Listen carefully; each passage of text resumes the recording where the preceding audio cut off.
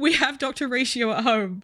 The Dr. Ratio at home. I like how they blur Arlecchino's butt here, even though she's wearing trousers. Like, what is the reason? There is nothing to see. Because it's easier. Bro was so excited about me, he pushed his friend. I had an insane person on my flight. Was it you? Third movement. Pharsalia's Rhapsody. Summon the current. The power of the symphony remains in this place. I can feel it. Whee! Wait, no. Wait, come back. Okay.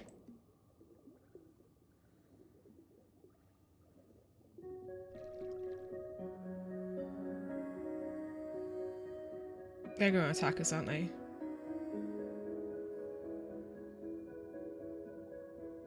Why did that have no sound design? I kind of don't like the... Like, you have the thing of them all, like bending down. Like, that would make noise. Why was there no noise for that? I know this is a world quest, but come on, bro. Cassiodor, dear friend. I knew you would come. Ah, and the uninvited barbarians. When it comes down to it, you're not the boss of this place. Besides, it was Osei who brought us here. That counts as an invitation as far as Paimon's concerned. Bending down makes not... When you're a suit of armor, yes! Really, you're the discourteous one here. Exactly, and we've heard all about it, you know. All the bad stuff you've done. Silence, you noisome, obstreperous insects. I'm speaking to Cassiodor. Do not interrupt. Harley, Paimon, I'll take care of this. Boethius, I have come as promised. Honor your pledge and relinquish the souls of the surface dwellers. They do not deserve to suffer this unforeseen calamity. The grudges between us should stay between us. You call this unforeseen? Have you not looked upon our kindred? They lie trapped in these lightless waters, like walking corpses. Yeah, 'cause they're dead. Are they not supposed to walk upon sunlit shores? Maybe thousands of years ago, but the time has passed.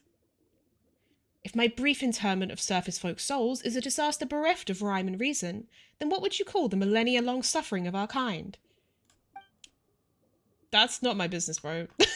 Listen, and listen well. The judgment of the surface peoples has only just begun.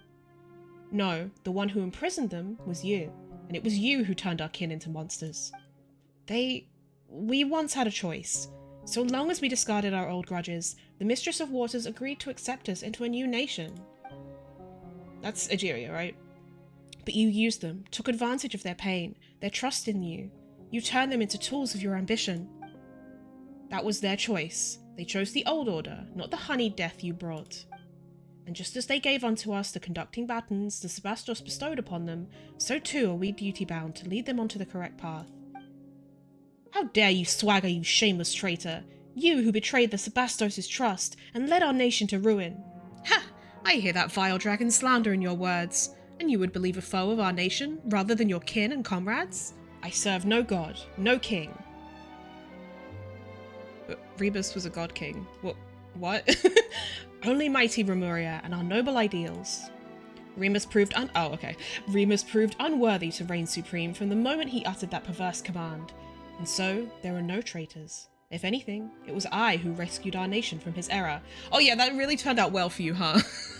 He colluded with our foes, commanding the vile Drake to flatten our cities. He even attempted to destroy the Grand Symphony, which would have consigned us to live under Fortuna's yoke once more. There's no escaping fate, besties, unless you're like, I don't know, me or something. How could I have stood aside and done nothing in the face of his madness? And so you betrayed him. You shut the Initium Iani, and in the end, Phobos' power went out of control, and the royal palace sunk into the depths. Will you not open your eyes to the truth? It was Remus who betrayed us, betrayed Phobos. That was the true prelude to tragedy. I have already spent thousands of years struggling to recreate the symphony of the past, weaving the broken melodies together in the deep waters just to recreate what you hear now. No, In your hands, it has become harsh, and the discordant voices of agony and hate denounce your violence. And who decides what is harmonious or not? Is it not absolute power? Remus bent the knee to the savages and odious dragons precisely because he failed to comprehend this. But it matters not. This inverted world shall soon be righted, and I shall become the new Sebastos. That is impossible, Boethius. You are but a mortal human. Humans can never become gods.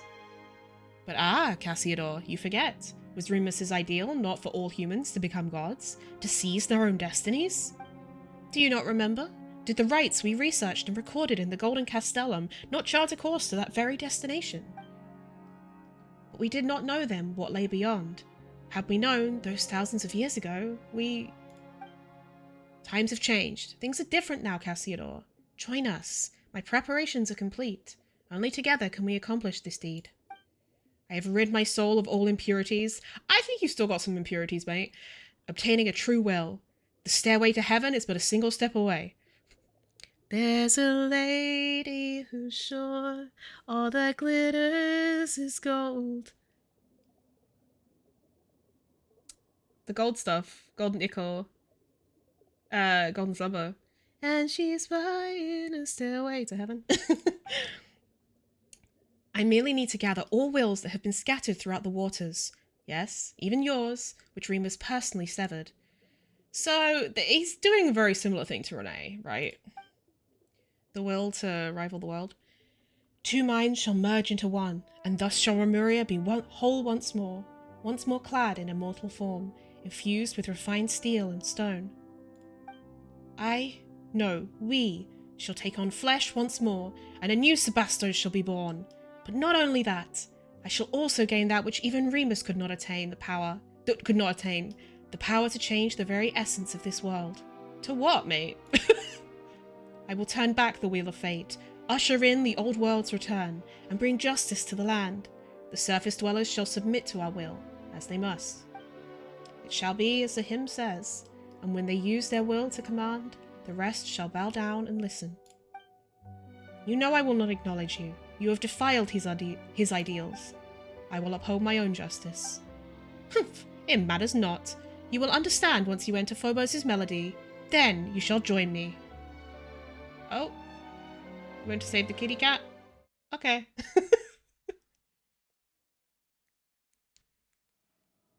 This is Domus Aurea. Have I entered Remus's memory again? No, the atmosphere. It's different from before. Welcome to my palace, Outlander. My symphony. Boethius? Do not be startled. Have we not met aforetime, and more than once? Whether through my phantom in the real world, or in the memory palaces Remus left behind. But this is no phantasm of Remus's memory. This is my symphony, my golden stage. I knew it. Wails of sorrow ring off every wall. Is that so, Outlander? I know not from whence you came. Damn, you kind of suck if you have no idea who I am. But you think you're some god, okay. It seems you are not a human birthed from the primordial waters, nor are you any surface being at all. I mean, technically, it was only the people of Fontaine who were born from the primordial waters, you know? I cannot see the colour of your soul, nor can I touch it. Nonetheless, this is not your war. My vengeance against the surface dwellers is none of your concern. I know not why you hinder our work. Because you're being a fucking asshole, bro. For the justice in this world. Justice? You can't actually be serious, can you? You may possess power that even I cannot perceive, but you would be naive, Outlander, to think that brute force alone will defeat me. Well, I'm really fucking smart, so... I have long become one with the symphony that fills these deep seas. Even if you should destroy my physical form, so long as the agonized waters flow, and so long as the memories of vengeance do not fade, my will shall not perish, and I shall remain a nightmare that haunts this world. Unless you choose as Cassiodor, as that stray cat did, exiling oneself to become the jailer of the old world. But I do not believe that one so distinguished as you would do so. Oh, stop buttering me up, mate. Evie, why do you always wait until I'm streaming to start chewing that? Forsake that superfluous sympathy of yours. Should the guilty not be punished? Is that not justice? Guilty, you say. They are innocent. No Fontenian is innocent. They are the spawn of our barbarian foes. Mate, give it up, bro. Their ancestors seized from us the realms that should have been ours by right, and they must pay the price for that original sin. That's not the original sin, but like, go off. Have you anything else to say, Outlander? To save the people of Petrichor. Those people, they are neither your kin nor your subjects. Shut the fuck up with subjects. That's such a... No one is anyone's subjects. We're all just human beings. Shut up. On the contrary, so far are you above them that they may as well be ants. Perhaps not even that. The weak should submit to the strong. Is that not the law that this world should follow? And yet, you say you will protect them? Is this your boundless mercy? Or simply folly? Have you anything else to say, Outlander? For Monsieur Oz. Ah, but can your short friendship surpass the span of our kinship? Cassiodor and I, we were new humans crafted by Remus's own hand, and we are the final survivors. Compared with our other kin, his soul is like insoluble ichor. Other than myself, only he has true will, and only when we are combined can we become a complete self. This is like Jabrail and Semiel all over again. So too are our wills one. The opera's final act shall see him return to us. This is his fate. I thought you were against, like, fate happening. Like, make your mind up, bro. Since you insist on sabotaging my plans, I'm afraid I'll have to ask you to stay in my palace for a while longer. I cannot detain you for long, of course, but this should be long enough. Let us meet again when I become a god and sit upon the Sebastos' throne. Before that, let my little ensemble occupy you for a time. Alright, but like... Oh, I don't have my... Oh, okay. Interesting. Wait, do I have like a trial? Oh no, I don't. Why do I only have 15k HP? Do I normally have only 15k HP? Well, fuck. Harley! Harley! Fear not, I wish to aid you.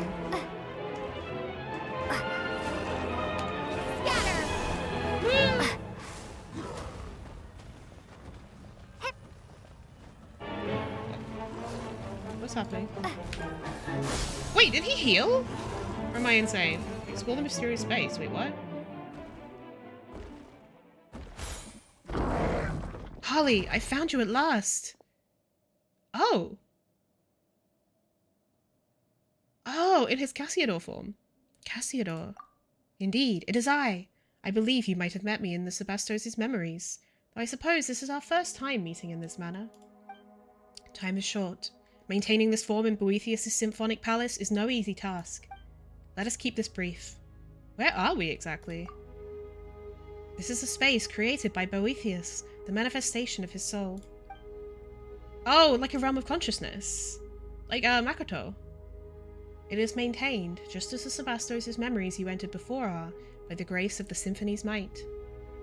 So just now, yes, he used the music's power to pull us in. I suspect that Domus Aurea is too close to the heart of the Phobos, allowing him to directly influence the present world. If we truly allow him to obtain power that surpasses reality, he might even pull the entire surface world into this space. What the fuck? When that happens, his delusions will replace the real world, and Fontaine will revert to its appearance from thousands of years ago. Okay, but I would like to see that. I think that would be cool. Can we, like, see it, maybe?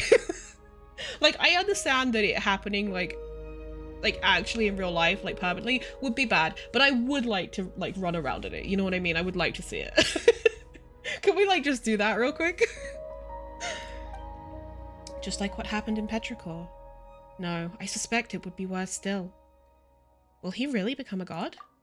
That depends on your definition. It is not hard to give shape to false fantasies, but he will find transcending fate futile. Yeah. I mean, even, like, fucking Deshret and stuff couldn't really do it. Were it truly that simple, then those thousands of years ago, we would have already succeeded. Just undo it afterwards. Yeah, exactly. Yeah, no big deal. Like, let me just, like, walk around, you know, explore a little bit. All he can do now is drag more innocents into the nightmare of his making, turning them into walking, corpse-like puppets. Then we must stop him. That we do, but that cannot be done here. You must return to the real world. In that case, I shall aid you. And what about you? Not to worry, he has no plans for me at the moment. As for me, I've just thought of a way in which we can destroy him utterly. He has prepared a mighty form for himself in the real world, and plans to initiate a ritual within Domus Aurea that will have him take on flesh.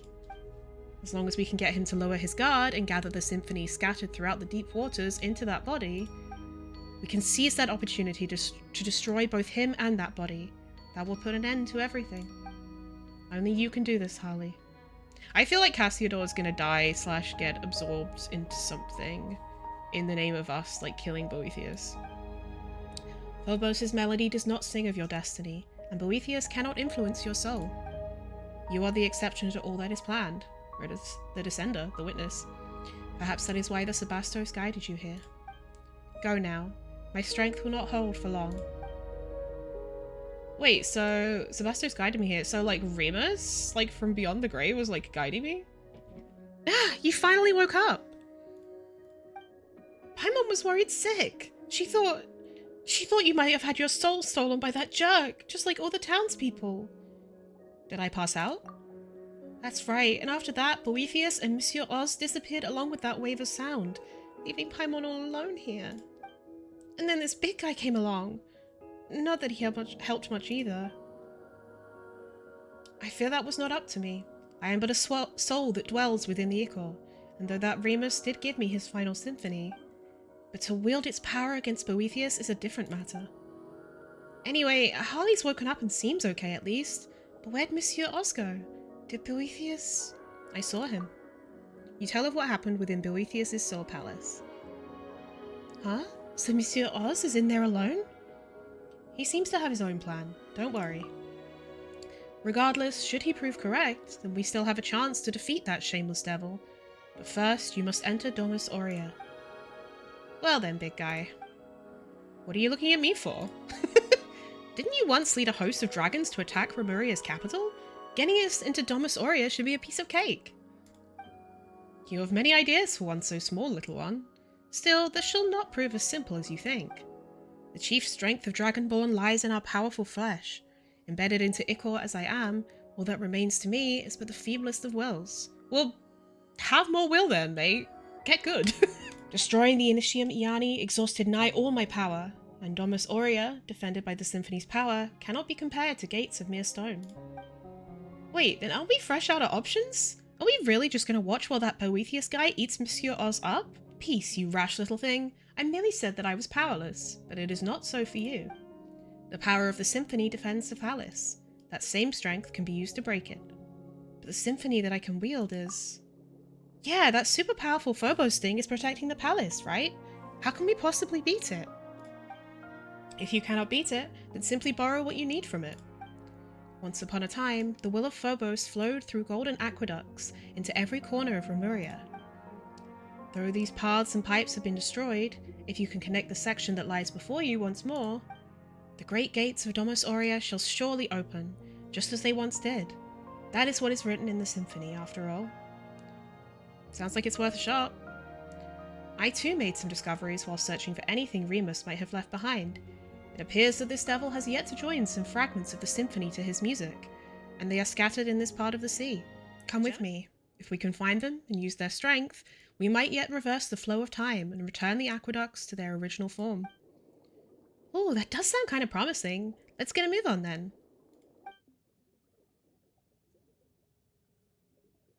Key.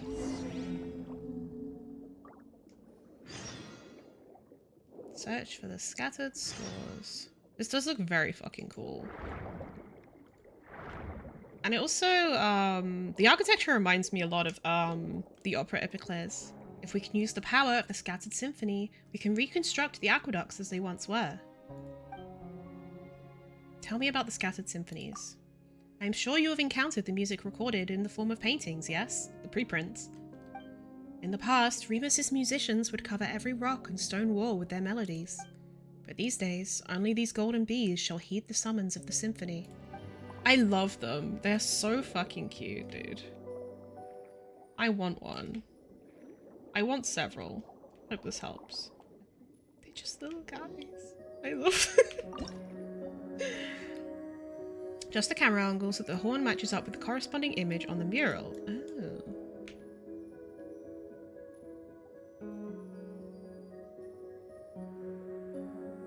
Like this? Huh. What are the— oh, okay. Turn the flying bird phantasms to their rightful places. Wait, I have to go back and do this again? They stop at their corresponding positions. Okay. What? Oh, wait, I see. Okay.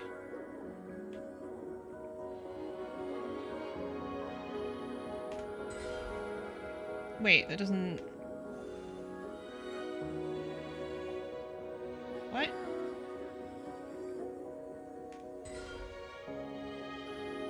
Oh, okay. Not what I thought. Do you stop? Oh. No? Oh, okay. I was confused. This area really don't like it.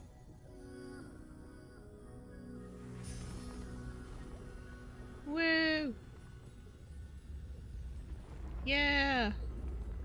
Let's go! Hello. Follow this golden bee forward. It shall guide you to the next fragment of the symphony. I did already come here. I love them. My friend.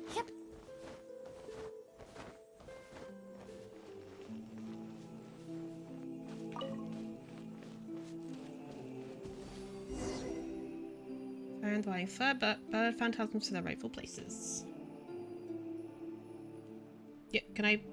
Okay.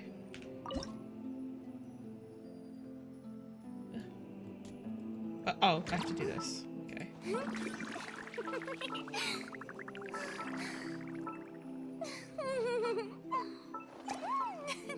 Nice. Alright, so that one's flying around.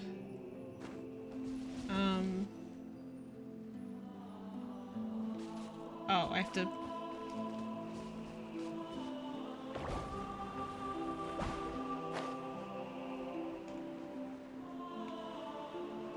oh, I can't do it in the air? Yeah, you're right. Hello? No?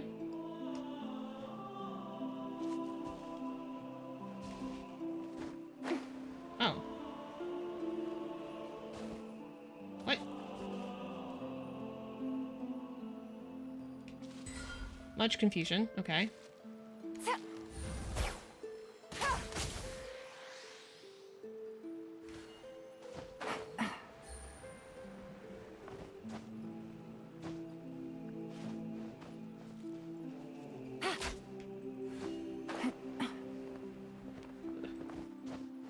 Like Sealy? Gotcha.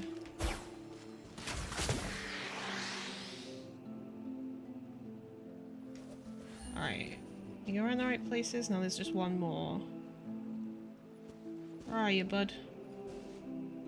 Oh, you're up there. How the frick?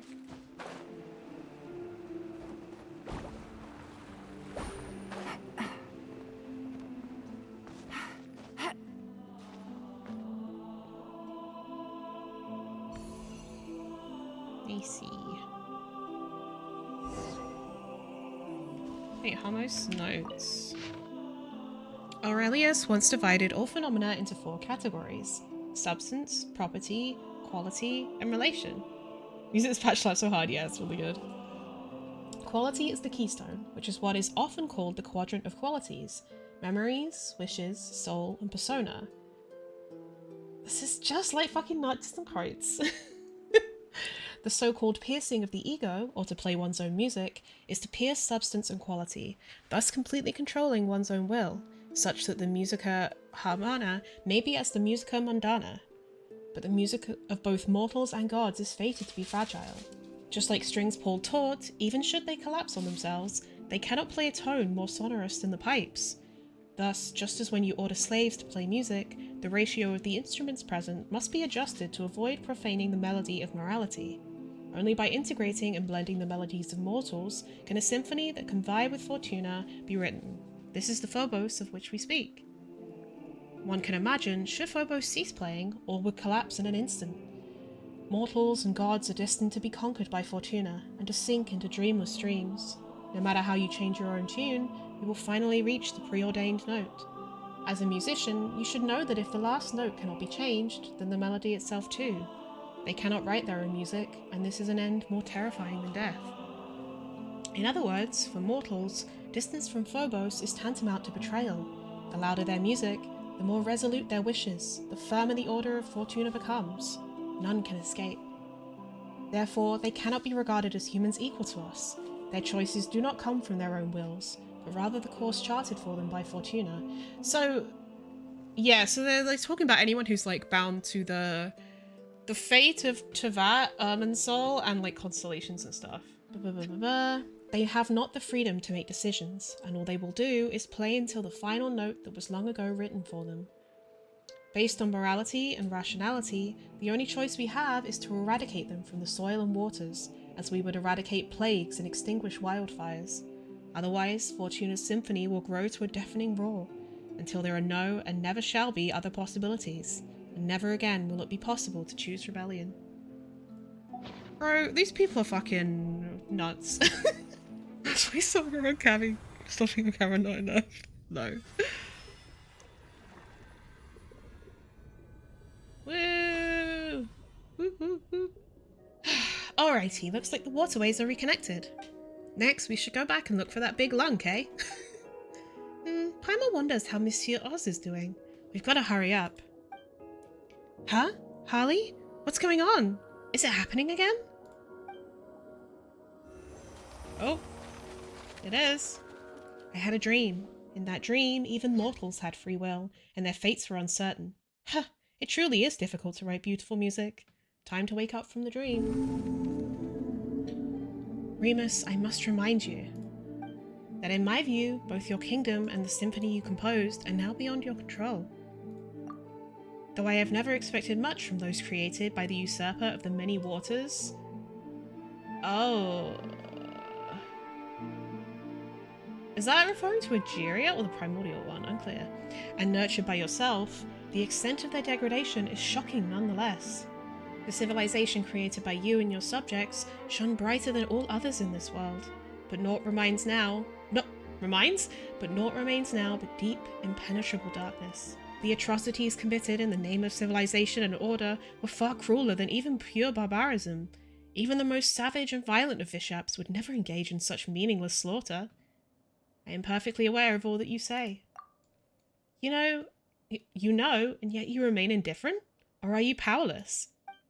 No, you could easily destroy those mortals who deserve punishment if you so wished, but you cannot bring yourself to do it. You love humanity. This is the curse you bear as a usurper. It is time for me to depart. I will not aid them in butchering innocent mortals, but neither do I harbour any desire to stop them. You once promised the usurper of many waters that you would use the pure water she granted you to create a world of endless prosperity, one without conflict. I followed you to the surface precisely because I wished to witness that future, but this is how it turned out. You have failed, Remus. You could not defeat fate. Blood shall stain the high sea red once more. Such is the cruelty the heavens showed to their creations. I have a plan. I have a cunning plan. Oh, you always were one to have many plans, Remus, but all of them lie in the dust now. Even you do not know where it all went wrong. Would you like to hear it, though? This will be the last one. I distinctly recall you saying the same thing when you persuaded me to leave the Fontana. But speak now, before I return there, to the side of the usurper of many waters. So, the primordial sea, basically. Fascinating. Fascinating. Only you could be so toweringly selfish, yet so utterly selfless. You even took me into account, did you? Recklessness. How terribly rash of you, usurper lord of mortals. Still, your plot pleases me. The mere thought of leading my bishops and trampling your arrogant, foolish people underfoot brings me joy. But this shall be mere ceremony, just a show. Fret not, I shall be, as you said, merciful. But if you do this, your life as a god shall come to an end. There will be nothing left but the symphony. Have you considered this fully? Of course. Of course. The box of horrors that I opened, so too shall I shut. Good, then I accept your proposal. If the time should come, I shall join my strength to that of your symphony. Phobos' chains shall be broken, and your people shall once more be free. In that case, please accept my final symphony. The city built by the harp was toppled by the piping of reeds. That which the heavens have in store for us is a fate that balances good and evil. Did you see Remus's memories again, Harley? It wasn't another one of Mr. Evil and Brutes this time, right? Even in dreams, that jerk's just super irritating. I think I know what Remus's plan was. To accomplish it, we will need to play Scylla's symphony. Eh? What's with that all of a sudden? What did you see in the memory? Fascinating. It's like Beethoven when you turn gay. So true. Fascinating. Remus's power lingers still in the deep seas and has not dispersed. And I too am here at last. Do you know what that means? The conditions have been fulfilled. Indeed, that is why I have come here with you, to make amends for millennia of regret. Now the final question is Phobos. Wait! Paimon's confused. What are we using the music for? It's nice that you understand each other and all, but you're leaving Paimon out. That's unfair. Tell her what's going on. The final symphony Remus gave me, or the Requiem, is an order for the Phobos to self-destruct. He was to sacrifice himself to unleash the symphony's power, and it would fall to me to control the primordial, savage energies that he would awaken. That was how he would free his subjects from their stone bodies and give them back forms of flesh and blood, destroying the artificial barrier between races. He once instructed me not to reveal this plan to any of his subjects, for it was only by making them realize their limitations that prejudice and arrogance could be set aside. It appears, however, that you have pieced together his plan through the memories he left behind, Harley. So that's what happened. But his sacrifice was wasted in the end. Perhaps, but now that my soul has been freed, there is a chance to make amends. The lost souls of Remus's former subjects remain imprisoned in their statues. If we defeat that monstrosity, we can use the Requiem to give their souls release, allowing them to return to the high sea, to the eternal cycle of life and death. That way, I may consider myself to have fulfilled his wish. Perhaps that is why I came here. Indeed, Outlander. Perhaps this is indeed a fated encounter. I do think it's interesting how we're not often called Outlander, specifically. But we are called Outlander at the beginning of the game by the Sustainer of Heavenly Principles. And I think also Amber calls us it when she meets us. But I do think it's interesting they're bringing the term back almost as like a... Because, like, this creature is, like, primordial, right? It's sort of that, like, higher than this plane kind of term. Finale. Requiem.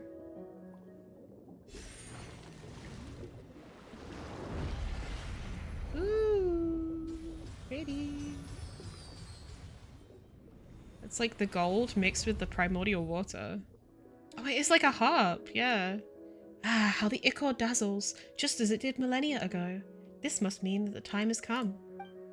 The gates of Domus Aurea shall swing open wide, just as they did when the golden waterways rang with song, in the days when the melody of the fellow would flow from this place to all lands beyond. Ah, I can hear it already, that beautiful music. Let us play it together, Harley, Paimon. Then you shall gain access to Domus Aurea. Ooh. I'm not controlling it. Oh. Beauties!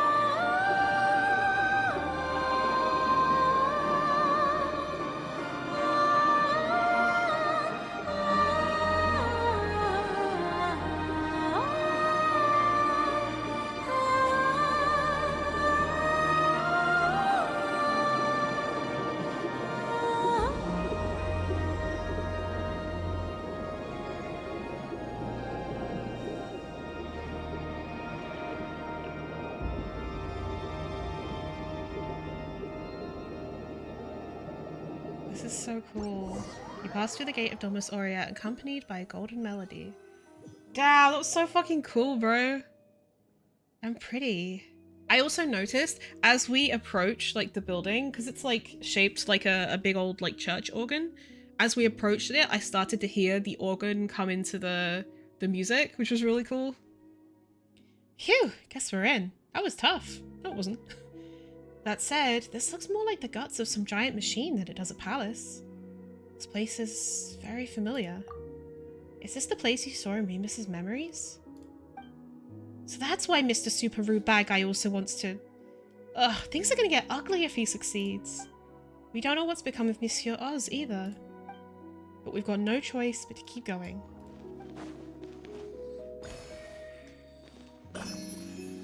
Bees!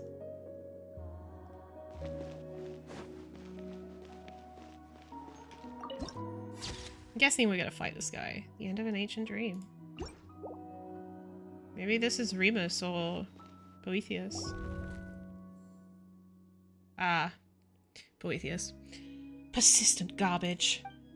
Did you repair the broken aqueducts to celebrate my birth as the god of ancient days? I must warn you, my new world requires no such things, nor will I require ships. For all shall find eternal happiness within my symphony. We're about to add some end bar lines to your score. Got 'em! That's right. Best you admit defeat now and release everyone's souls. And also, hand over Monsieur Oz. Humph. Cassiodor has already agreed to join this grand ritual. He has returned to Remuria's embrace. Doubt.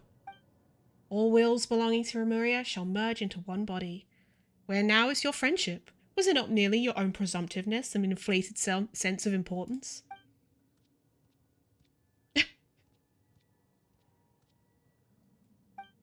Monsieur Oz! Just trust me.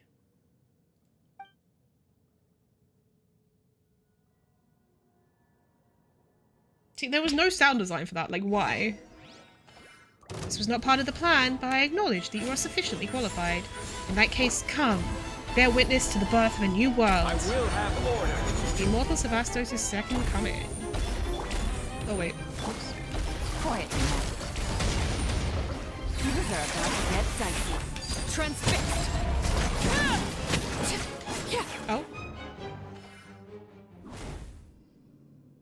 What? How? Why can't I control this body? Cassiodor, you... I have you at last, Boethius. All your will is here, and Phobos also. This time, there is no escape. Why? I am a Harmost, the conductor of this symphony. How? How did you... Have you forgotten? Before the Sevastos cut me away, I too was a Harmost. And now that I have returned to the symphony, you are the sole conductor no longer. Ha! So you agreed to join me just to lower my guard, only to betray me once more. Me and Remuria both. Think of our kin, tragically imprisoned beneath the waters, of the torment they've suffered for millennia. Will you truly destroy our cause, obliterate our final hope, for the sake of those who scurry and crawl on dry land? You are the traitor here, and the one who imprisoned our people. That is why our nation fell to its ruinous fate. And also, like, water is super effective against rock. How are these guys surviving? The justice that our Sebastos, the Imperator, gave unto us, that golden ideal, was for us to follow the melody of our hearts and obtain the freedom to grasp our fate. We did not wish to be judged by Fortuna, much less to become your slaves. After Phobos was shattered, the people should have gained their freedom. If not for your deception, their nightmare would have ended long ago. Remuria has not fallen. With Phobos as its guiding star, it shall rise again. Though rock and metal may crash and clamour, humans cannot live without water and soil.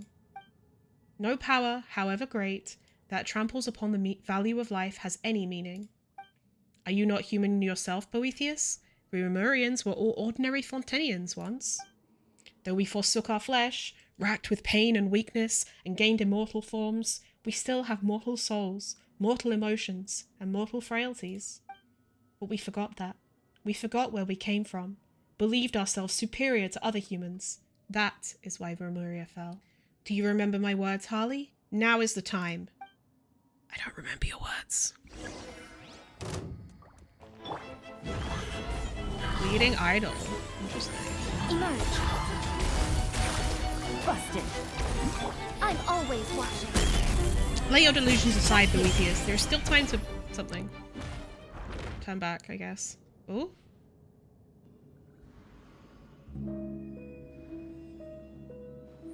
Ooh, Paimon's kind of dizzy now. Cassiodor. Harley and Paimon. I didn't think we would be able to meet again like this. You're Monsieur Oz. Wow, Boethius is here too.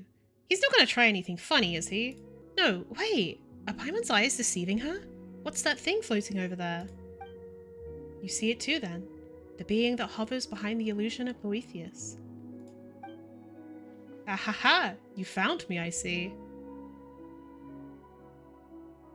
Is that Remus? No illusion it is that you see. Oh! You gaze upon Boethius, in truth, for I am, in truth, Boethius. Of course, I am not only him, but you also. I am every melody, every movement, every thought. I am the sum of all souls. I am Phobos. This does not include you children from beyond, however.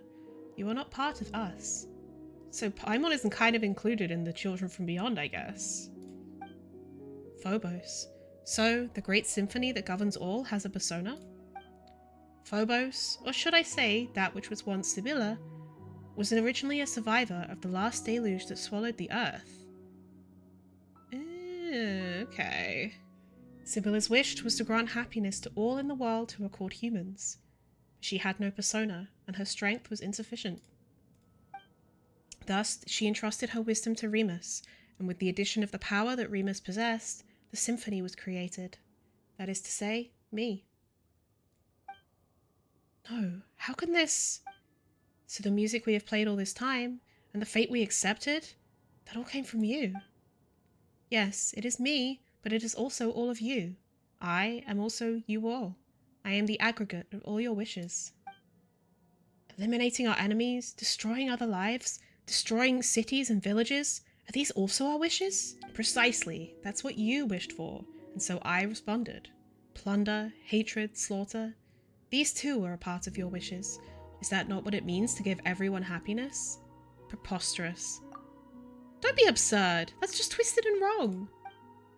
Oh, those aren't our true wishes. The arrogance and hatred that festered within us warped you, turning you into a terrifying monstrosity. Such things will make no one happy. Not us, not any other living being. No wonder you led us to destruction. The Imperator himself must have sensed it, and that's why he... Remus. Yes, he did attempt to destroy me. But why? Without me, all of you would once again have been plunged into confusion and agony. So for all your sakes, I had no choice but to... Wait, what? Did you mean to say that Boethius, even then, had already... Yes, that must be it. We could never have gone against the Sebastos' commands, unless the very symphony had rebelled against him. What of Boethius? What have you done with him? Well, he's become us, of course. He's been absorbed into the hive mind. Or, put in a way you might understand, I ate him! Vor in my video game? Ate him? Oh no. But that was also his wish, one only I could fulfill. I'm sure that it made him most happy indeed. So that's why Boethius became your puppet, and why he did all he could to engineer your return. It's all for the happiness of you, for everyone. No. It's time we put an end to all this. I have trapped you in this body. There's no way out. I shall destroy you utterly. Is your wish to disappear together with me? Would that make you happy? But I can't fulfill that wish. I am Remurian no longer, and I cannot become Fontenian. I already chose my fate when I agreed to help the Sebastos attain his wish. So yes, this is my wish, the reason for which I have wandered this world. I will end this millennia-old nightmare. Damn, this shot goes hard. Now, Harley, Phobos and I, destroy us both. But now is not the time to be hesitating, sis. I am filled with joy, Harley, for I have just learned of the Sebastos' plans and hopes. The The Imperator aimed to free everyone from the symphony, from hatred and strife, through his sacrifice. Even to the last, he desired to save his people. Now I shall fulfill the wish he could not see through. This is our final chance, and only you can help us seize it. That is why the Imperator, why fate brought you here, my friend. This is our final chance, Harley. Stabilize. Do not hesitate. Take up your sword and bring all this to an end. Oh. That was quick.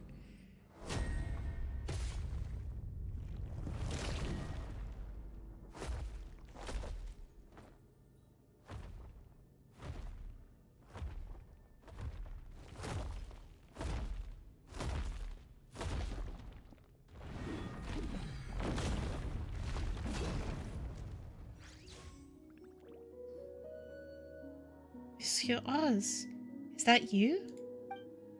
It's finally over. It seems that I shall soon fade. Castiador. It's alright. I have finished walking the road I was meant to, and fulfilled that which I was meant to fulfill. This world shall no longer have Castiador, nor shall it have the Golden Hunter.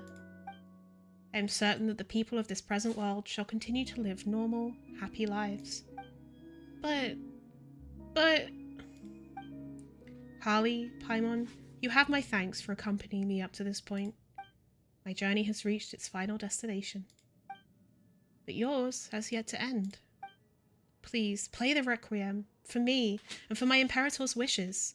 Let our souls return to the present world, and return to the Great Sea. If water loses its clarity, how shall it become water again? If a tree leaves the soil, where shall it go to put down roots? Though rock and metal may crash and clamour, humans cannot live without water and soil.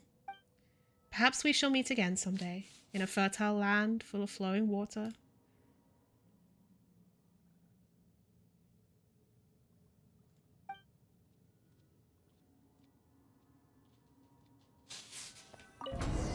Guess we can't call him Monsieur Oz anymore.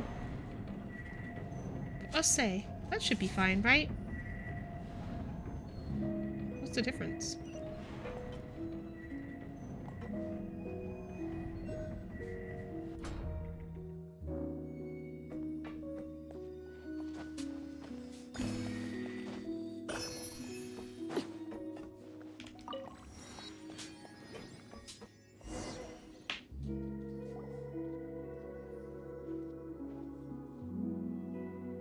Primordial Sea. Meow, meow. Whoa, big guy! You scared us, say? You mean Cassiodor? No. A familiar feeling has disappeared. Where has Cassiodor gone off to? Has he returned to one of those stone bodies again? Cassiodor is no longer with us. Cassiodor... Monsieur Oz, he's disappeared, along with Boethius and Phobos. After explaining the whole tale to Scylla, you spent some time comforting Osse. That's right. Now all that's left is Osse. Meow. Meow. Good going, Osse. Guess you were just surprised by this big guy's appearance, huh? Who's a brave kitty? That's right, you are. So you vanquished that evil apparition, and Cassiodor was able to fulfill his own wishes. I am certain that his soul has returned to the deep waters, and is now reunited with his kin. So long as we complete Remus's final symphony, we shall be able to send their souls back to the present, back to the high sea. Life flows like water. They will join the current, and one day they will surely be reborn as mortals. Well then, let us begin. Perform this final movement, this final requiem.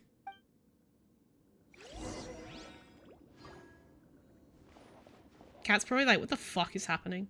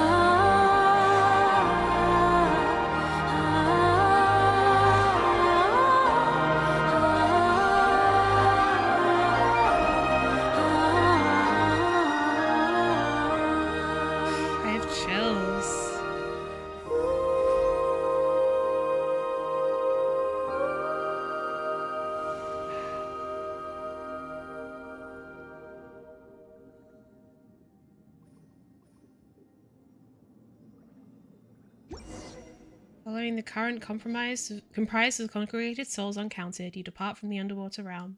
You follow the spirit guiding golden bee up and up and up. Whew, holy shit. So cool. Whoa. In the real world.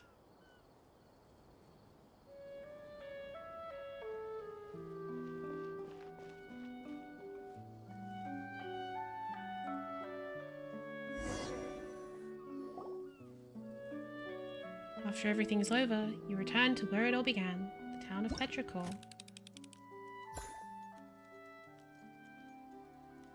Oh, I missed these apparently.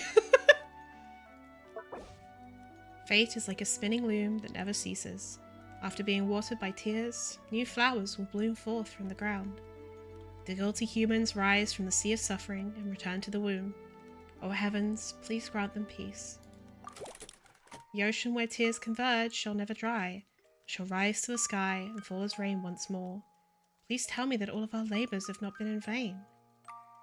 Rest in peace now, after all is ended.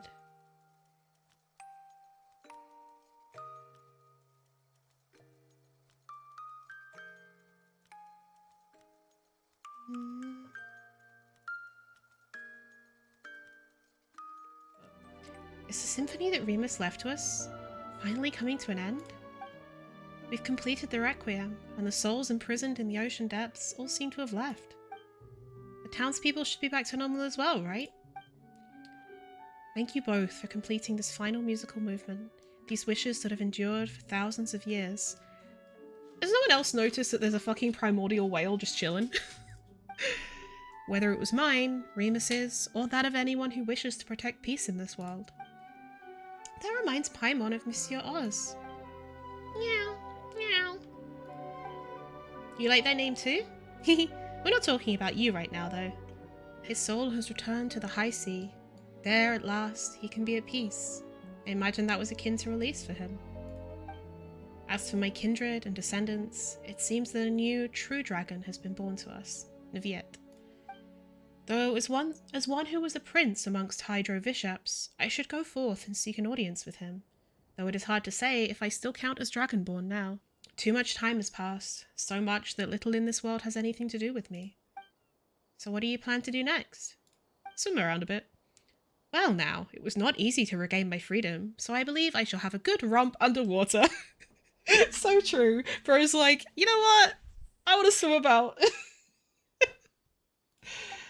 After all, there are none who shall disturb me any longer. Save you, perhaps. Hey, what do you mean disturb? I jest. Still, are you not due to return to your own place? Let us part ways here, then.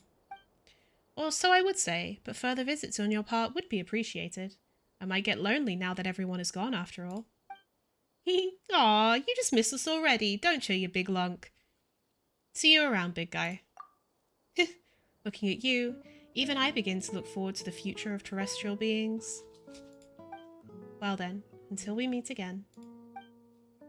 Scylla leaves amidst the turbulent waves. Well, where should we go next? Oh right, we should get back to Mr. Este to tell him that everything's fine now. We did promise to, after all. And there's Osei too. What should we call him now? This could get complicated. Anyway, let's get back to town first. Just call him Osei. With new routes shall come new opportunities. I'm going to push for this, for sure. And you are? Hello there, friend. I'm Foscari, assistant to His Excellency the Doge. I'm preparing to construct a new navigation route. New sea routes?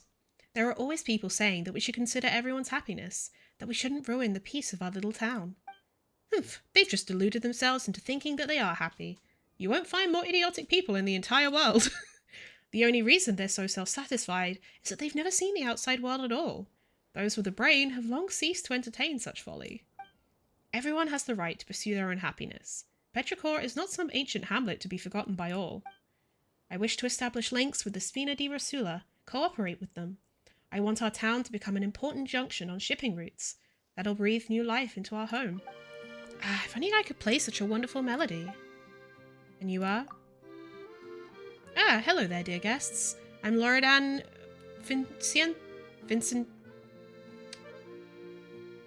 Vicentino, a student of Master Giovanni's. If you wish to order instruments, please seek my master instead. A beautiful melody?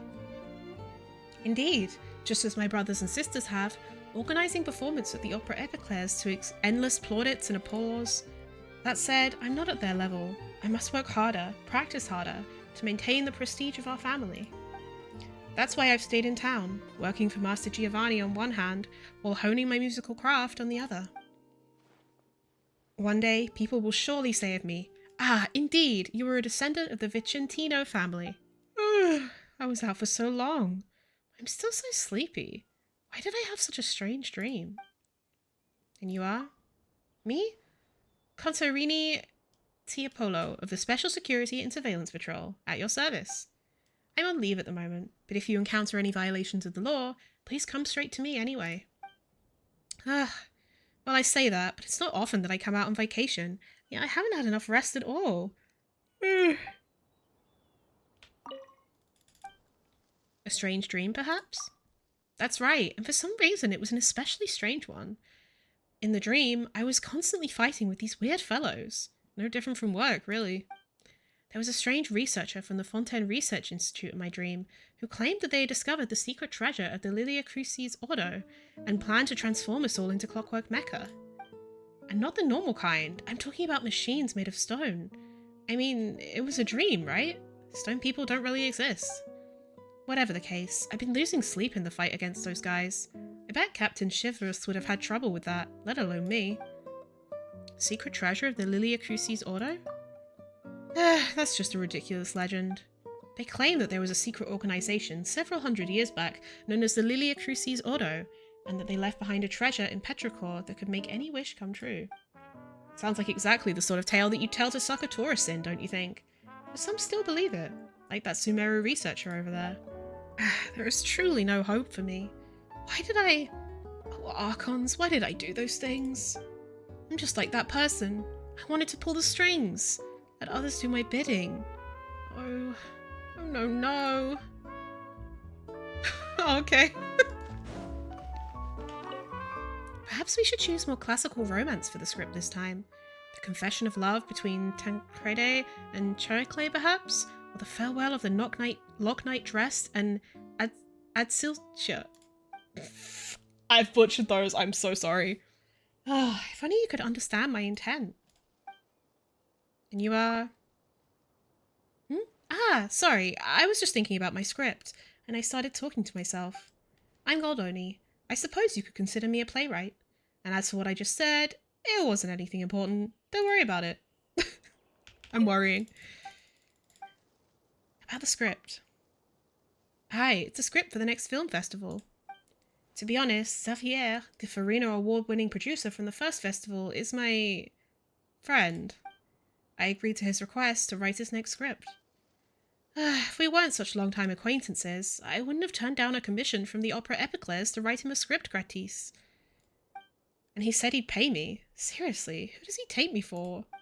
Still, I've only written opera scripts in the past. It wasn't until I started writing that I realised how different writing for films is.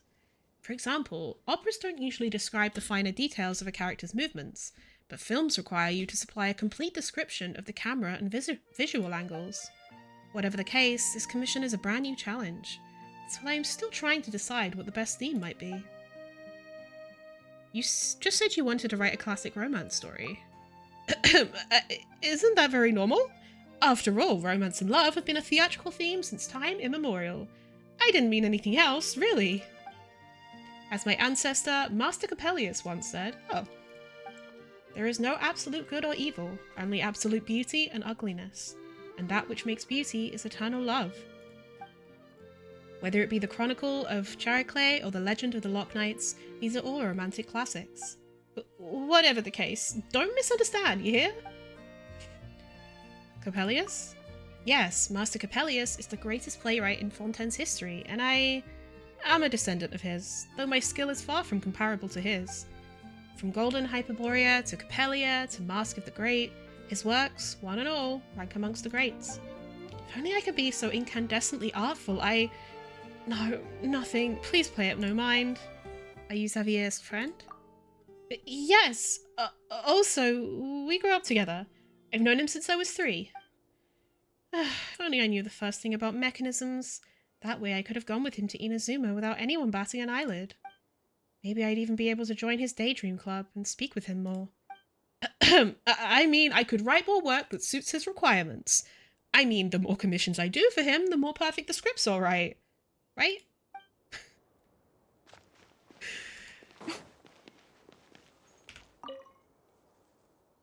So, Miss Paula, have you heard any funny noises lately? I think you make funny noises, Uncle. Does that count? No, I don't mean that kind of funny. I mean something that might be useful to a creative process. If not, the shadow over Petrichor and the Lilia Crucis riddles is going to... Anyway, Miss Paula, have you ever heard something weird that you wouldn't be believed about even if you told the adults? Now that you mention it, I think I've heard some strange noises in my sleep. Oh, and then what? What do you think that was, Miss Paula? Have you heard it before? Let me think. How about this then? Let's play another round of Genius Invocation TCG. If you win, I'll tell you. Huh? Wait. Look, we've played for days now, and still... Yeah? Well, it's alright if you don't want to know. I'll just play with Ms. Contarini then. No, wait! I'll play with you, alright? But please, stick to the deal we made, alright? Hello there, friend. Have we met before? Who are you? I forgot to introduce myself. I'm a fantasy novelist here in Petrichor, hoping to get some inspiration from the place. You seem so familiar that I almost thought you were an editor intent on rushing me for a manuscript. It would seem that your writing isn't going too well. Well, it wasn't, which was why I holed up in this little town, where most people wouldn't find me. But I had a dream 2 days ago, one that had a grand, glorious, ancient civilization as its stage, like an epic opera. As such, I plan to write about a young adventurer who discovers an ancient underwater civilization while in pursuit of an enigmatic red gem. Perhaps we shall simply call it the Ruby Riddle. Perhaps we met in a dream? What an interesting way to put it. It seems you too have talent as an author. Still, I do indeed believe that I met someone who looks much like you in a dream, which is why I thought you looked familiar. The person I met in my dream was an incredible adventurer indeed. In fact, I'm going to use her as the protagonist in my new book. That me! Fish. Ah, yes, that's right. This is the fish I discovered most recently.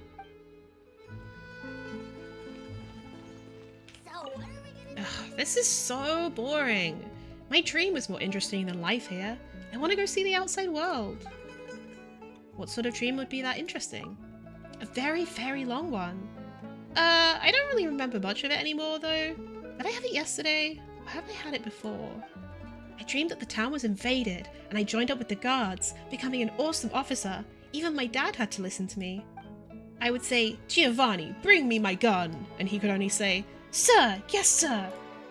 In the past, when I would dream, I would wake up once I realized that something didn't add up. But that dream was perfect. I was so happy I could have played in there forever. I guess it's because of my recent desire to go on an adventure. Is Petrichor that boring? Exactly. Nothing ever changes around here. Everyone's okay with that. If it wasn't like this, Uncle would never have left. I wanted to go see the outside world. I heard people in town say that Sumeru is an interesting place, with its rainforests and deserts, and ancient fortresses and temples. Here, it's all water everywhere you look. How I wish I could go on an adventure. Your uncle? That's right. I don't know his name, and he's never written us any letters. Dad always calls him that blockhead, or that guy. But he's got to be a pretty awesome guy to have bucked with tradition and left town by himself to Sumeru. Better than Dad, who only ever talks about family and duty and stuff like that. Did I say too much? Keep that stuff a secret and don't tell Dad, alright? Thanks. I wonder who his dad is. That suspicious guy from Sumeru. I should keep Moche a bit farther away from him. And you are... welcome, guests from afar. I'm Martha Pasquale, the matron of Pasquale's Instruments. If you have any musical instruments you'd like to order, you can go straight to my husband, Giovanni. A suspicious person from Sumeru, you say? Ah yes, that guy over there. The name's Chan? Something? Ugh, I don't remember exactly, but it was hard to pronounce. He came into town some time back, claiming to be a researcher from Sumeru. Well, I've never seen him do any research. He just plays cards all day with the Doge's granddaughter. Can't figure out half the things he talks about normally either. Moving statues this, voices in the walls that. Maybe we should get Ms. Contarini to investigate him. And Moche is... my mischievous son. Sorry if he's given you any trouble. That boy's been a restless soul since Giovanni told him about how his uncle sailed off to Sumeru. That's what you get when you fill a child's head with dreams of adventure. But what if one of those suspicious Sumeru folk reel him in? And then... No, how horrifying. I can't bear the thought. Looks like we meet again, Taillefer. When did we meet her? It's you two, the adventurer and her little assistant. Sorry, I've forgotten your names. The name's Paimon, and she's Harley. Thanks for your help last time, by the way. Thanks to you, we managed to use a conch harp to play ancient music. Oh, she was from the Melusine quest. Still, what brings you here to Petrichor? That's what I wanted to ask you. I'm chasing a rumour, but I suppose adventurers like you might already be well ahead of the game. Remus, what are you talking about? Don't you know about the big news out of Petrichor lately? About the great hypnosis of Petrichor? Huh? What do you... No, I'm talking about the rediscovery at the legendary Faded Castle. The last records of the place are several centuries ago. And here I thought that was what you were here for. Oh, that might have had something to do with us, sure. In that case, I'm sure you know that the castle once belonged to Boethius, yes? The most important musician in Fontaine's history? Whether it be the operas he wrote or the ancient Remurian scores he compiled, his works all have a special place in music history. Surely a vast wealth of resources can be found at the castle in which he once lived, each an important relic to us in the Musicians' Association. As such, I rushed here as soon as I heard the news, trying to secure any important relics before all the adventurers get here. But I suppose you were one step ahead of me, eh? What should we tell her? That Boethius is actually a big baddie who used all that music to do a whole bunch of evil stuff? Would knowing the truth sadden her? It's going to take some time to explain all this. What are you two talking about? You haven't already found some ancient scores, have you? Well, what if... And Paimon's saying if Boethius was a really, really nasty guy. Would you still want the musical scores he left behind? Probably, yeah. To be honest, while I'm not sure what you mean specifically by him being really, really nasty, history has few kind words for him apart from his music. From his romantic opera, The Flying Outlander... Us? We can easily tell that he never gave up on reviving Remuria for so long as he lived, and consequently saw the newborn Fontaine as an enemy. According to historians, he also had a hand in the wars that occurred before Fontaine's founding. His musical achievements, however, are a different kettle of fish altogether. There might be false histories in his music, but they retain their value as art. Yeah, she's right. And as I see it, these things are all a part of history as well. Even the purest of art can be used to do wrong, and all musicians would do well to remember that. Impressive convictions. Well, it's just my personal opinion. Speaking of which, since chance has seen fit for us to meet here, could I ask you to help me out with something?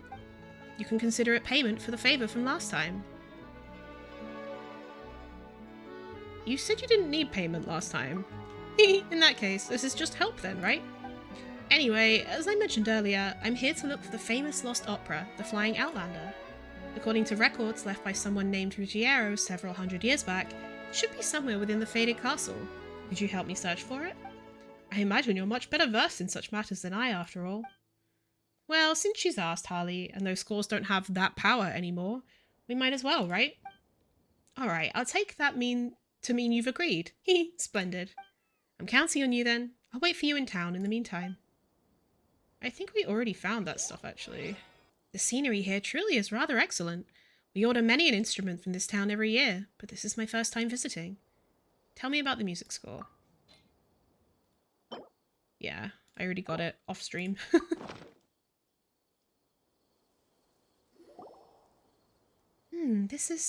Yes, this is indeed The Flying Outlander.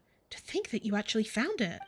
It can't have been easy, but I was right to put my trust in you, excellent adventurers. Thanks. Still, what are you going to do with the score? Are you going to perform it at the Opera Epiclairs? Maybe make a pile of more? Making money is important, but I have no intention of keeping this to my own. This ancient art is part of the commonwealth of humanity. So true. As such, I will release the Flying Outlander into the public domain once my research is complete. As you should, hell yeah.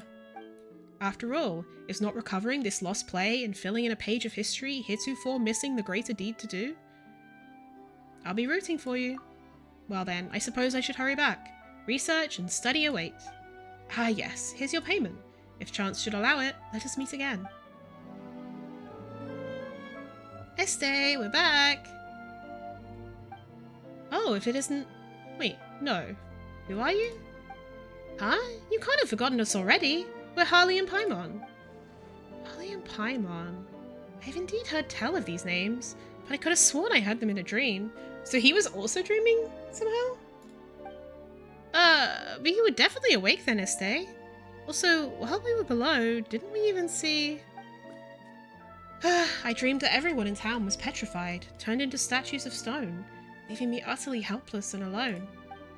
Until finally, two brave heroes came and shouldered the burden of rescuing everyone. Could it be that it was no dream at all? Maybe, maybe not. Yeah, after all, everyone's back to normal now, aren't they? It seems as though everyone had some very strange dreams indeed. Just what happened? Could we all have been hypnotized en masse? It would take us ages to explain it all properly. Just forget about the hypnosis thing for now. Oh, speaking of hypnosis, you two even brought over a cat. Looks quite intelligent. He's our companion. That's true, but we still can't take him with us on our journey. Well now, isn't that a coincidence? Our club just happens to have an open bed for cats available. What? It's been unoccupied ever since that hypnosis researcher went a-travelling and took his cat with him. I wonder if this is the cat. If you two don't mind, leave him here with us. We'll take care of him. But I can't quite put my finger on it. I feel like we're bound up together. Almost as if by fate. I'll help you take very good care of him indeed. The cattery is on the other side of the building. Just walk over and you'll see it.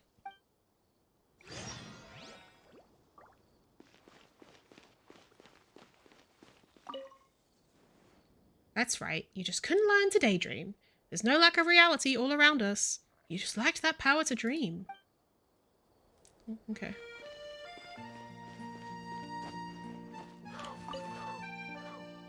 We have to look up at the sky and cease obsessing over Mora and tall towers. An empty space is where a researcher truly belongs. Wait, is this not where I'm supposed to go? Oh.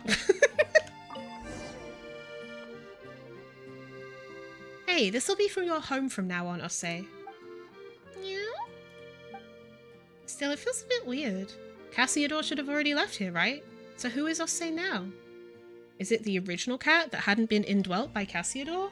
Or is it the Monsieur Oz that shared all those adventures with us? Ugh, Paimon's brain is cramping up. Ose is Ose. Though Paimon still doesn't get it, it does make a certain kind of sense. Anyway, we've found a new home for Ose now too. If we've got time, maybe we can come and play with him. Meow, meow.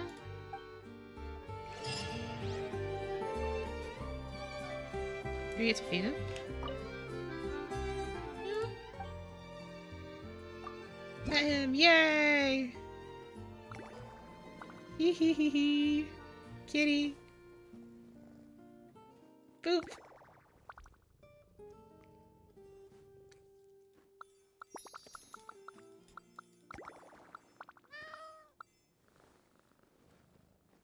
Boop. Oh, it doesn't like his tail. Hee hee. Boop. Oh, this is the Doge. Welcome, young one from afar. I welcome you in the name of the Concilium Sapientium. I am Petrichor's Doge. If you trust the wisdom of an elder, then you may ask me anything. The Concilium Sapientium? Trust in the wisdom of the elderly is a tradition here. Since ancient times, all affairs in the town have been assessed by a committee of its elders. There aren't that many people living here. And of these elders, the most trustworthy would be selected as Doge. And that is me, old and unskilled though I may be. Though given the role of overseer, I must say that there is little for me to oversee here. We live simple lives and have simple customs. All we do by tradition. About Petrichor's customs. Petrichor is a romantic, idyllic place. People respect custom and are customarily polite and friendly to outside guests. Of course, some of us go a little overboard, and as a result, may seem almost wary, perhaps. But do forgive us. Petrichor is far from the court of Fontaine, and people here have hardly ever left the town. Just as a stone thrown into an ancient well can stir up ripples, people always fear that outlanders may disturb our peace. So please, do not hold it against them. About Petrichor's history. Well, there's much to tell. Petrichor's got a history longer than the court of Fontaine, after all. So long that 10 operas wouldn't be enough to get through it all. 500 years ago, this place was still governed by the de Petrichor family, and their lineage had long ruled here. That was Renee's family. That had been the case ever since the first duke appointed by Egeria, and they were, one and all, just and benevolent leaders who guided the town to ever-increasing prosperity. Alas, the final patrono of the family was transferred to be mayor of Poisson. There he lost his life, and there did the family tree wither. And then left the orphan of Renee. So it's interesting that, like, Renee's ancestors... I never thought about this, but Renee's ancestors were, like... I guess probably descended from Remurians, right? For a long time after, it seemed as though the town would become some abandoned fishing village. At least until after our first Doge Ruggiero established the Concilium Sapientium and restored our fortunes. Townspeople at that time believed that the town fell into ruin because of our relations with the outside world grew too close, destroying our traditions. That said, our youngsters believe differently nowadays. That fellow Foscari's been advocating that it's time for change too.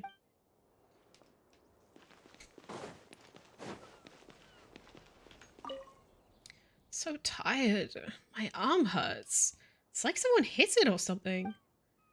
Would anyone dare to fight you? Ah, my friend.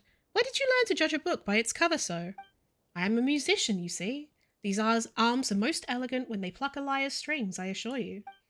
Although I do not know why, though I was exhausted after waking up from a lengthy dream, my arms now feel like they have been granted manifold strength. I've never been this tired, not even when I would play the lyre without rest or sleep. It seems that I shall have to return to Capitolium to get some rest. Isn't Capitolium the place in Remuria? What's the Capitolium? Capitolium? Why, it's... Wait, where is it again? Strange. Why did that word suddenly leave my lips?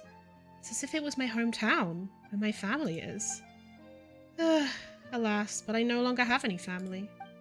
If this Capitolium is some dream world, or the afterlife, may I reunite with them there. So yeah, he must also be directly descended from Remurians.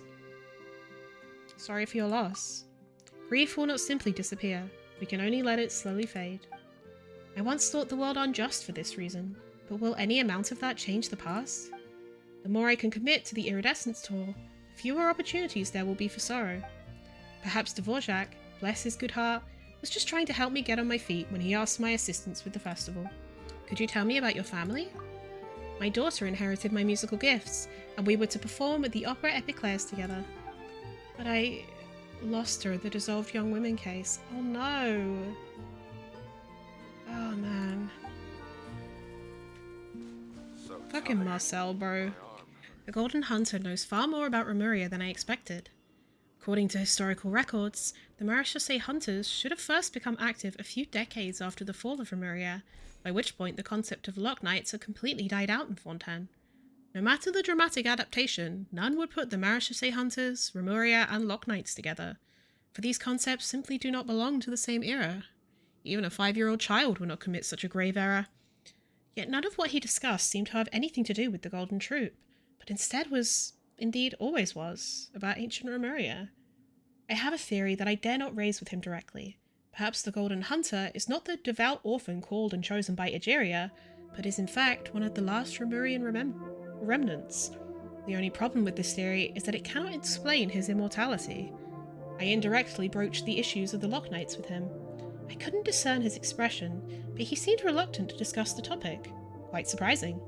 After all, it is commonly said the first Marishase hunters to follow him were the heirs of the Lock Knights, such as Estee and Walter. Could it be that they were like him? Harmost's notes. The matter of paramount importance is to be able to properly distinguish the different categories of music, so as not to misunderstandings caused by confusion regarding the meaning of words. There are 3 categories of music in this world. One, the musica mundana, another, the musica humana, and the third, the musical instrumentalis. Musica instrumentalis. The musica mundana is the music of origin. It is the beginning and end of all music. From it does all spring, and to it shall all return. False and true celestial signs, namely the inner and outer, lower and upper astrological signs. Eugetia will provide a detailed explanation of this section. The turning of the seasons and passing of time, the defined elements, everything in the universe operates according to the order of this music. Here, special attention should be paid to the connection between the musica mundana and fortuna. The latter includes the former, while the former does not equate to the latter. Any music with specifications similar to fortuna can be called musica mundana, for it itself would be equal to an entire world. Just as Cassiodor taught you before, the fortuna we speak of here and the sebastoses have no... Latter is named for the former, while the former is the rules that govern all things, the fate of which slaves speak. Musica humana is the music of the world of mortals. The music of mortals and gods are no different from one another, and both can be classified in this category, for their essence is that of the harmony produced by the musica mundana striking the quality of the soul. Imagine a harp, where every physical entity in the world corresponds to a single one of its fine strings. Magnificent music comes not from a single string, but the resonance of all strings. This is the music we call the musica mundana. As your fingers glide across the ends of the strings, the middle section will vibrate along with it, creating a sound most pleasing. However, you did not touch the middle of the strings at all, and the reason it sounds is simply because it's attached to...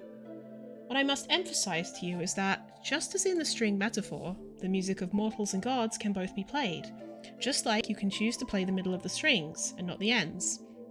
And it is for this reason that the musica humana can replace the musica mundana. We will discuss that in detail later. The musica instrumentalis is the most fundamental music, and there is no need to elaborate on it. Even slaves can understand.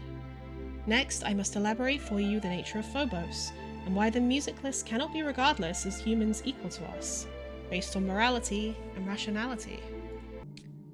By order of Dominus Boethius, the exalted Harmost, and in accord with the most sacred beneficent melody of our great Sebastos, Legio 5 Orchestrae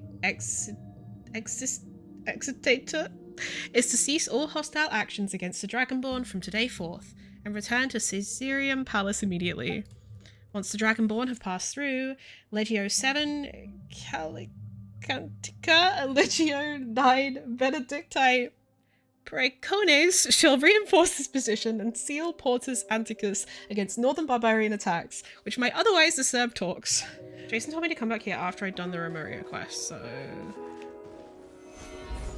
Hello? Sinia's Right unreturned envoy. Emerge. Right here.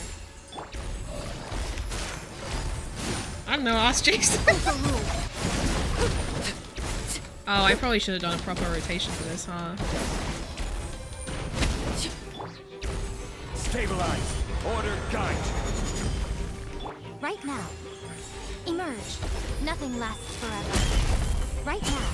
Emerge. Right here. Game's up. Oh, it's imbued with fucking Hydro, bro? Lay bare. Oh, it's stealing my energy. This shall not be our fate. Well, Busted. Emerge.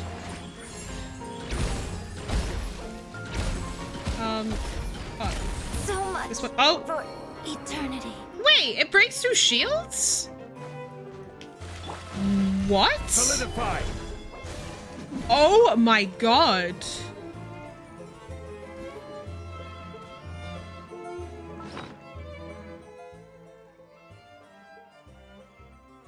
It ignores the shield.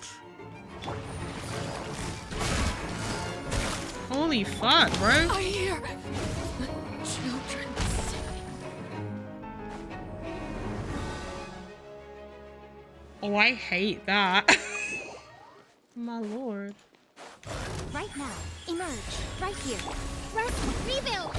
Our bond is strong. I'll settle this. The wind knows me. Fallen angels, adorn my night, one with nature. Taurus, interrupt you.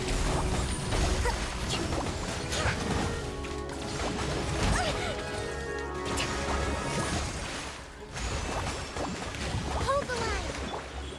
Emerge. Stand with me. The wind knows me. I guess maybe like it would help if oh, he's just constantly stealing my energy, so I can't even burst because of it. Nature. Our bond is strong. Allow me. Right here. Emerge. The wind knows me. Oh my god, I'm dropping so many frames for. Dude, Right this here, is like right so now. hard to fucking Right here. fight. I can't get energy. Oh wait, when I stagger him, it gives me all my energy back. Interesting.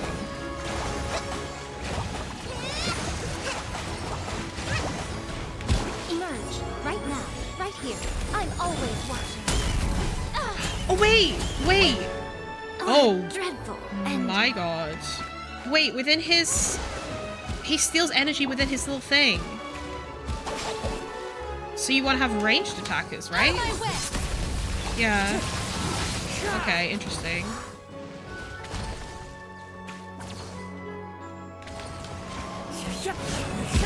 Nope, okay. Fuck.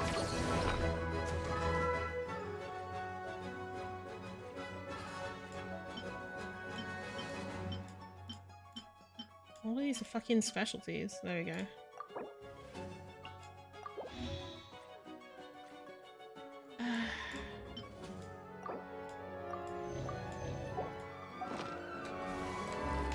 Wind strike. Right now. Allow me.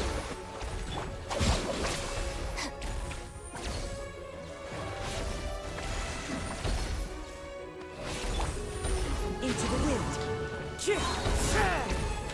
Clouds high. The birds come. One with nature. Right here. Emerge. Right here. A sight to behold. Emerge. Right now. This way. I'll hold it.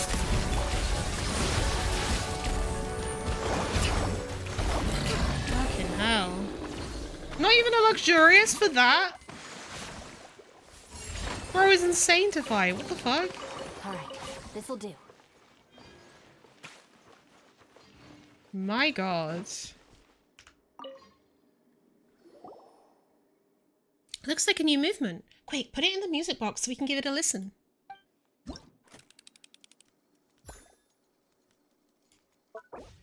The horn of judgment has already sounded, and fate's verdict cannot be defied. Even gods cannot escape. When the day of judgment comes, how shall the world tremble? All mortals are stained with sin, and their rulers are no exception. All must be held to account for their crimes. That day the nether dark shall deepen, and black clouds shall gather. Blood shall fill the oceans, and earth shall turn to ash. This is the judgment foretold by Sibylla.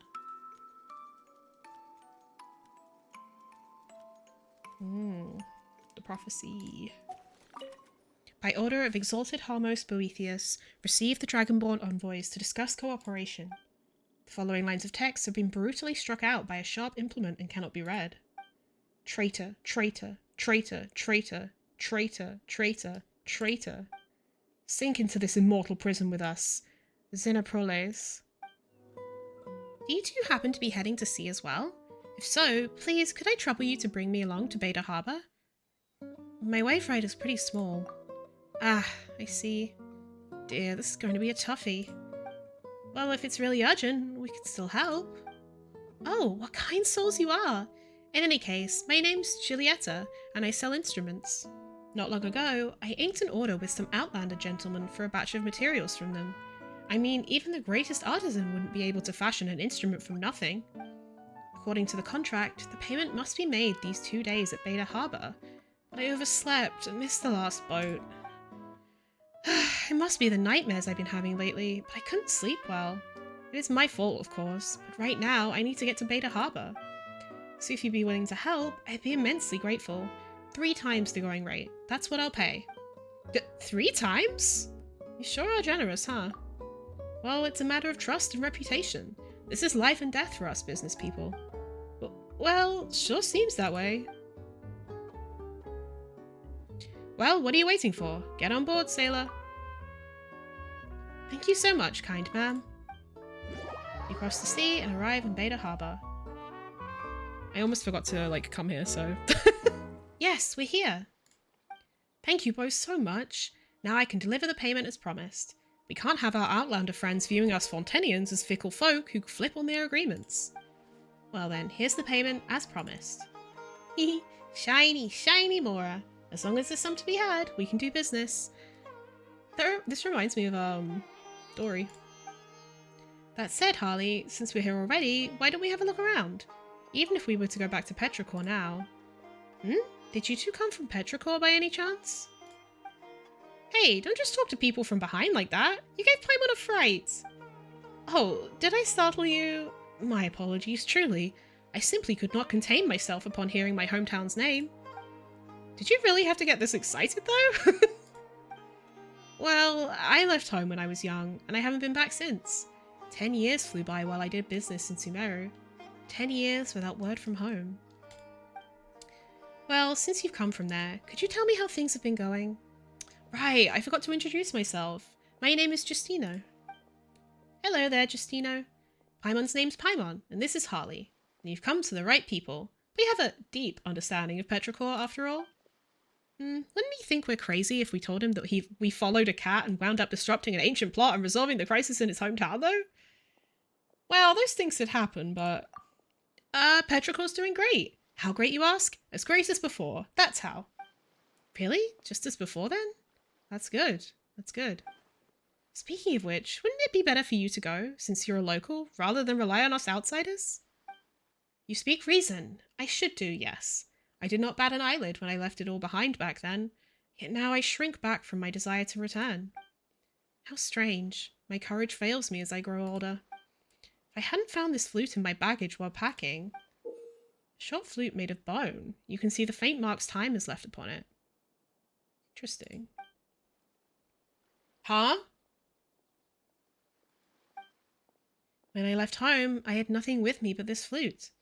In truth, my family disapproved— he's so subtle. My family disapproved of my departure, and my father snuck the instrument out to me at the last minute. Good times, those. Not a Mora to my name, but with the flute strains flowing free, a fire in my belly, and a dream, it was like the whole world was mine for the seizing. Later, I would make lots of friends in Sumeru, and my business would grow. If only I could have written them a letter, but I had all but forgotten my family and home. Damn, you kind of suck. Anyway, if I may make such a request, would you be willing to take me with you when you return to Petrichor? So, you gonna pay us triple too? Triple?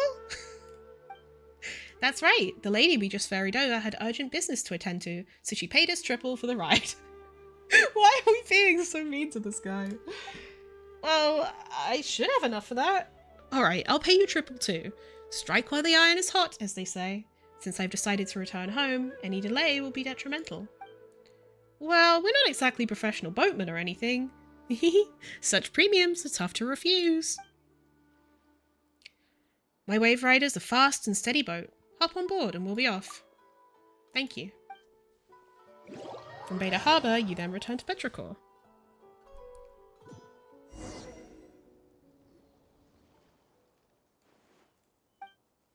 You don't look so good. You sure you're okay? I'm just a bit seasick. Ugh. Sorry, I'll just throw up over there for a bit. Be right back. Sure. But don't forget to come back as soon as possible. After a good long while.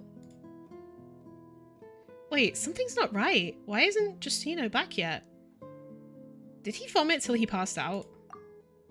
That's serious? But you were keeping the boat pretty steady. Or maybe it's because Paimon floats. Either way, we've got to find him and fast. Hello there. Have you seen a merchant from Fontaine dressed in Sumeru garb? You explain the situation. So this fellow you're looking for is named Justino, and he claims to be from Petrichor? That's right. Have you seen him? Wait, were you two acquainted from before? Just acquainted? Still, even if I recognize him, I wonder if he still recognizes his little brother. So many years away and not a letter sent back. Why, I've already had a tombstone erected for him behind the town. Damn. Now he's back, and he hasn't paid his boat fare? Disgraceful. We shouldn't comment too much as outsiders. But wait, but we're the victims here, aren't we? And if Justino really does faint from discomfort somewhere... fine, I'll go search together with you. I'm a local, so I know our surroundings better. Also, I have some idea as to where he'll be. Huh? Are you pulling my leg? I'm sorry, but I really don't remember. Don't you know what this uniform means? Doesn't it remind you of anything? Oh, he joined the Fatui? Of course I know what you do, but I'm debt-free. Oh, the Fatui were his loan sharks. Oh, I should be, unless a friend took a loan in my name. A friend? Who cares about those excuses? I only recognize what's written here on the contract in black and white, and it's my duty to make violators pay up. This is my first job, you know. I wanted to be worthy of this uniform, and so I showed up at the specified location 3 days in advance. 3 days! I spent them thinking about the excuses you'd make to get out of paying, and how I'd respond. And then you just upped and ran. All that effort I put in, wasted. This guy. Now I've no choice but to go by the book and teach you a lesson first, and then bring you back to report. No, I don't want to leave Petrichor anymore. Help me. Stop it. Does any amount of money owed warrant such cruel treatment? Please, Harley, don't let him help Justino. Only you can stop him now.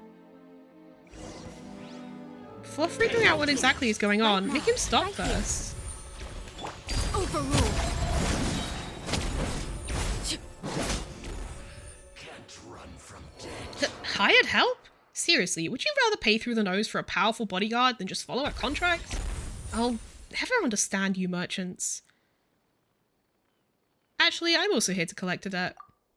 That's right, he hasn't paid us our triple boat fare either. Let's just charge him the standard rate. But you know, if he's in this much debt, it seems unlikely that we'll get paid at all. No, I still have enough for the boat fare. I counted. I should be fine on that front. Then what about the contract and debt he speaks of? Is that perchance the souvenir you're giving us after more than 10 years? How could you say that, Giovanni? I really don't know a thing about the contract he's talking about. I don't know what to say to make you believe me, though. The handbook says that people will lie and do all they can to wriggle out of debt, but the contract is clearly written. Don't you even try. You still owe us payment for 10 crates of materials to make those blasted flutes of yours. Wait, what did you say? Flutes? Are you still sticking to the pretense even now? Participatia? No, wait, participatia. Yeah, participatia. Ugh, you Fontainians sure have names that are annoying to pronounce. Sorry, but who's that? My name is Justino. Justino Pasquale. One moment, let me see. Giulietta Participatia from Petrichor. This seems to be a woman?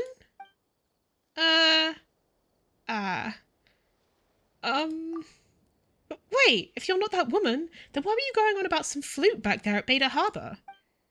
I was talking about this flute?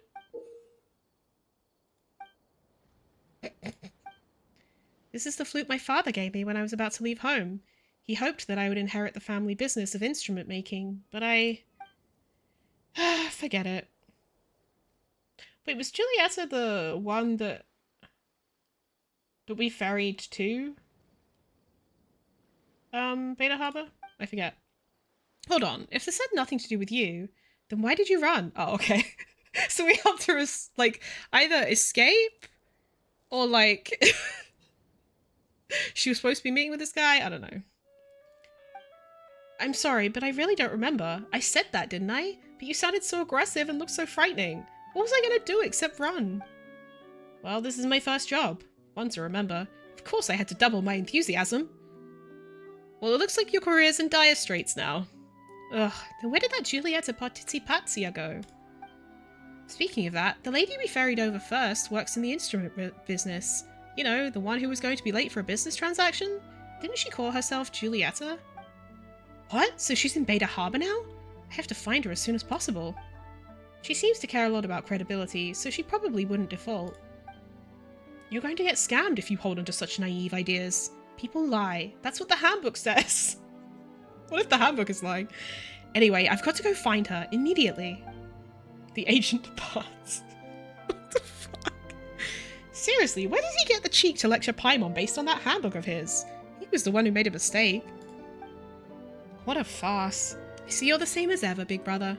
Always sucking people into whatever trouble you get into. I don't know whether to laugh or be angry. I'm sorry, Giovanni.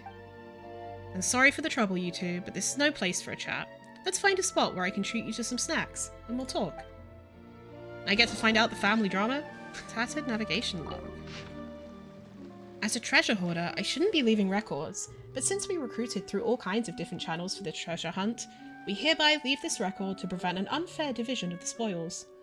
Our destination is the town of Petrichor, where it is said the secret treasure of the Lilia Crucis Ordo lies, and where the legendary Faded Castle is said to be located. But more importantly, according to the intel I collected, it's also the final refuge of the legendary bandit Giuliano. Utterly baffling. Could a tiny island like that somehow be some kind of bottomless treasure-swallowing pit?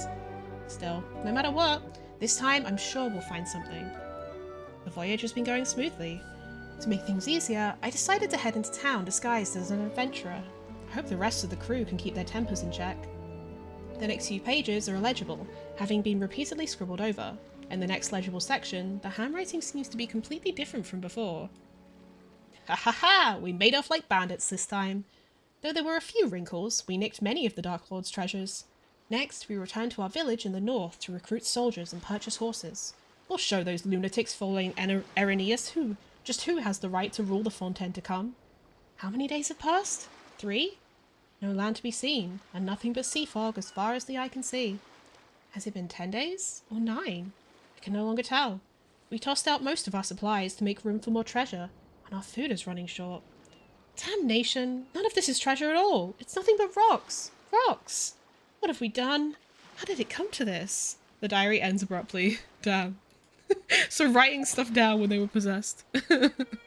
Our town's a small place, and our desserts and tea are all quite ordinary, so they might not look like much to you who have travelled and seen much. Giovanni, why do you have to talk like this? My heart is made of flesh and blood, just as yours is. It too can be hurt. Is that so? And here I thought that the heart of one who cares so little about their family would be made of immovable stone. Well, Paimon didn't think it'd turn out like this. This is so awkward. Stop arguing, you're going to spoil the taste of the snacks. Anyway, you brothers have been reunited after many years, so shouldn't you be happier about that? Hey Harley, come on! Help talk some sense into him, would you? I envy you. At least you've been reunited. Actually, Hachi's still... Hachi?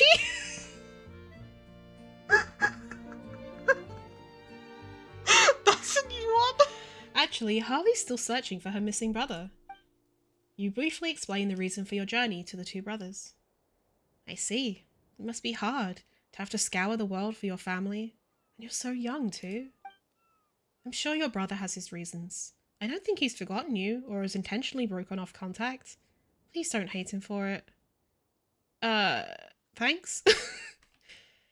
To have been guided by a youth like you, we have truly shamed ourselves as elders.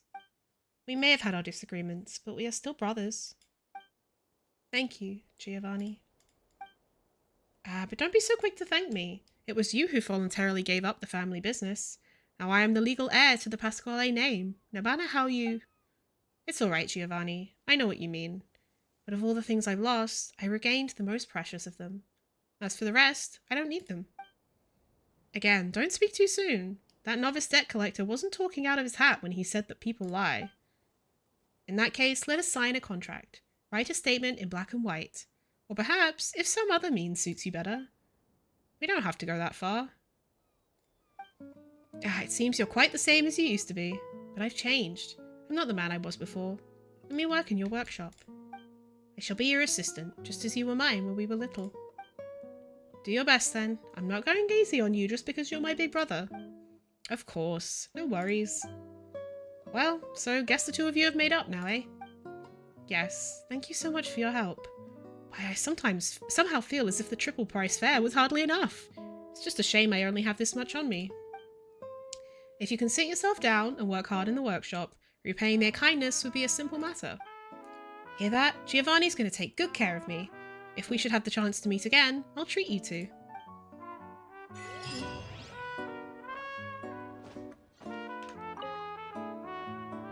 Big brother, when you meet Martha and Moche back at the workshop, just let me do the talking. Alright, sure. Who are they again? His wife and child? Martha is my wife, and Moche my son. You remember meeting the Valier's daughter? She would often come to the workshop and... Never mind. I'll tell you the story later.